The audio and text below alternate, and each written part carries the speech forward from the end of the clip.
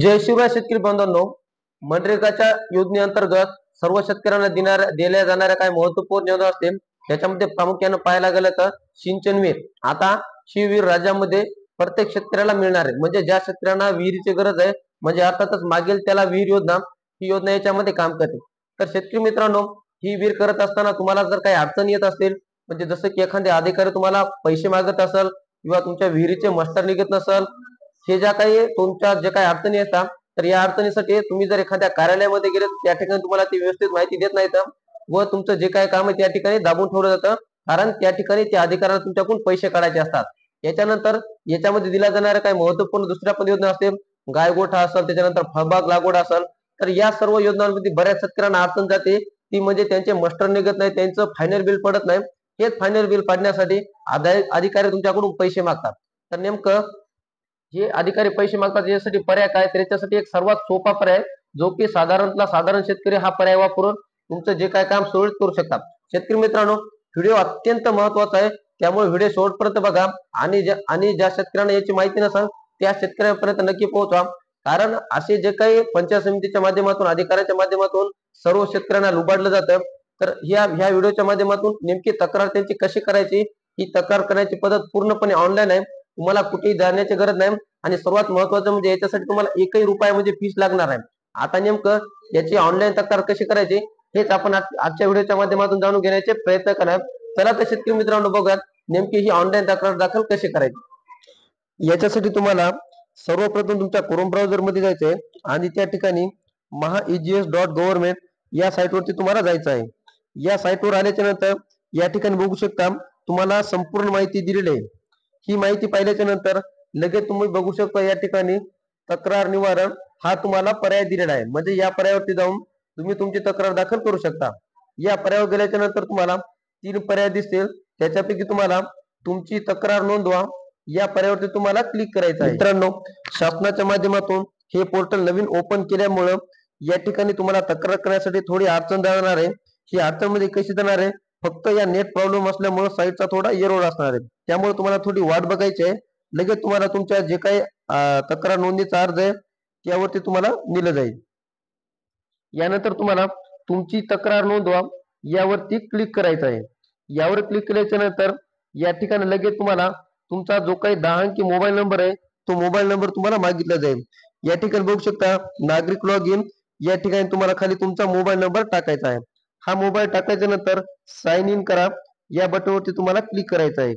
या बटनवरती क्लिक केल्याच्या नंतर लगेच तुमच्या मोबाईल नंबरवर एक ओटीपी पाठवला जाईल, अर्थातच पासवर्ड पाठवला जाईल. हा ओटीपी तुम्हाला या ठिकाणी टाकायचा आहे.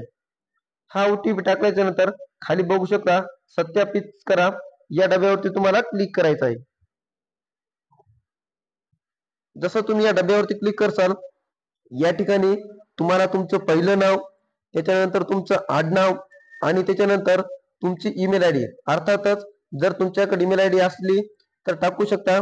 जर ईमेल आयडी तुमच्याकडे नसली तर त्याची काय अडचण नाही, तुम्ही नाही टाकली तरी तुमचा अर्ज समोर जाऊ शकतो. त्यानंतर तुम्हाला खाली अपडेट या पर्यायावरती क्लिक करायचं आहे.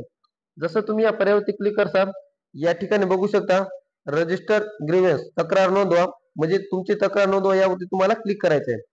जसं तुम्ही यावरती क्लिक करसाल या ठिकाणी बघू शकता माझी तक्रार असा पर्यायावरती तुम्हाला ती ऑलरेडी क्लिक केलेलं आहे. त्याच्यानंतर याच्यामध्ये तुमचं पहिलं नाव पण दिलेलं असतं, तुमचं आडनाव पण दिलेलं असतं, तुमचा मोबाईल नंबर पण असणार आहे आणि सर्वात महत्वाचं म्हणजे तक्रारीचे वर्गीकरण, म्हणजे तुम्ही कशामुळे करता. याच्यामध्ये मजुरी प्राप्त न झाल्याबाबत, कामाची अंमलबजावणी, साहित्य देयक न मिळाल्याबद्दल, कामाच्या अंमलबजावणी संबंधी तक्रार व इतर असे पर्याय दिलेले आहेत. आपली तक्रार ज्याच्याविषयी आहे ते पर्याय तुम्हाला यावरती निवडायचे आहे. किंवा याच्यामध्ये तुमचं आधार कार्ड अपडेट नसेल, बँक खाते अपडेट नसेल, नाकारलेले व्यवहार म्हणजे जे काही पैसे तुमचे आले नसतील, त्याच्यानंतर विलंब भरपाई असेल व इतर काही कारण असतील, जे कारण आहे तुम्हाला या ठिकाणी निवडायचं आहे.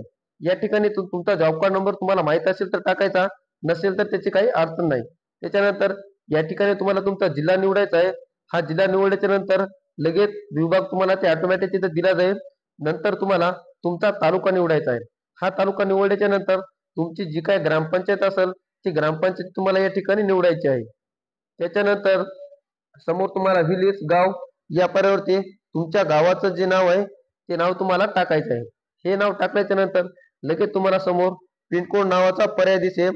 तर त्या पर्यायावरती तुमचा पिनकोड म्हणजे जे काही राहतं ठिकाण आहे तिथला पिनकोड टाकायचा आहे.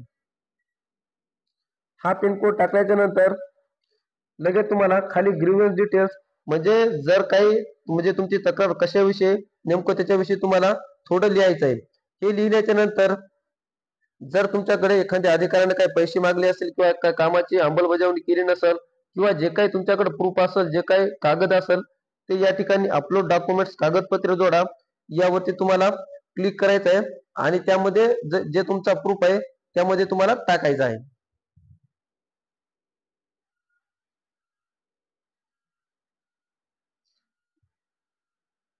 त्याच्यानंतर तुम्हाला खाली सर्व अटी व शर्ती विचारल्या जातील. त्यामध्ये सर्व डब्यावरती तुम्हाला क्लिक करायचं आहे. ह्या डब्यावरती क्लिक केल्याच्या नंतर तुम्हाला प्रिव्ह्यू अँड सबमिट असा पर्याय दिला जाईल. याच्यापैकी तुमची संपूर्ण माहिती बरोबर असेल तर तुम्हाला सबमिट करायचं आहे. ह्याच्यानंतर परत तुम्हाला येस या बटनवरती क्लिक करायचं आहे. यानंतर बघू शकता तुमची तक्रार यशस्वीरित्या नोंदवली गेली आहे. कृपया नोंदणी क्रमांक भविष्या संदर्भासाठी ठेवा. म्हणजे हा तुम्हाला याची तुम्हाला झेरॉक्स काढून ठेवायची किंवा एखादा फोटो काढून तुमच्या मोबाईल मध्ये असणं अत्यंत आवश्यक आहे. कारण याच्यावर तुमची जी काही समस्या आहे तिचं निराकरण होऊ शकतं. याच्यानंतर बघू शकता तुमची तक्रार गेली का नाही ही पण सर्व माहिती तुम्हाला या ठिकाणी दाखवली जाईल. आणि याच्यानंतर लगेच तुम्हाला 1 किंवा 2 महिन्याच्या कालावधीमध्ये जे काही पंचायत समितीचे अधिकारी असतील त्यांच्या माध्यमातून तुम्हाला स्वतः त्या ठिकाणी बोलवलं जाईल. तुमची जी काही अडचण आहे ती अडचण त्यांच्या माध्यमातून सोडवली जाईल. म्हणजे एकदम सोपा पर्याय आहे. ते अधिकारी जर तुम्ही त्या ठिकाणी गेले तर स्वतः तुमच्या घरी येऊन सुद्धा तुमची जी काही तक्रार आहे जी काही तुमची समस्या आहे ते स्वतः घरी येऊन सुद्धा सोडू शकतात. एवढी ताकद एवढी पॉवरफुल या साईट मध्ये ताकद आहे. तर शेतकरी मित्रांनो हे होतं महत्त्वाचं अपडेट. आणि याच्यानंतर जर तुम्हाला अशा काही तक्रारी असतील तर आम्हाला कमेंट बॉक्सच्या माध्यमातून नक्की कळवा. आणि जर आमच्या चॅनलवर नवीन असाल तर चॅनलला नक्की सबस्क्राईब करून ठेवा. कारण अशा प्रकारच्या सर्व नवीन योजना अपडेट जे काही माहिती असेल जी की तुम्हाला कुठेही मिळणार नाही ती तुम्हाला आमच्या चॅनलच्या माध्यमातून तुमच्यापर्यंत पोहोचली जाईल. चला तर शेतकरी मित्रांनो भेटत राहू नवीन माहितीसह नवीन व्हिडिओसह. धन्यवाद.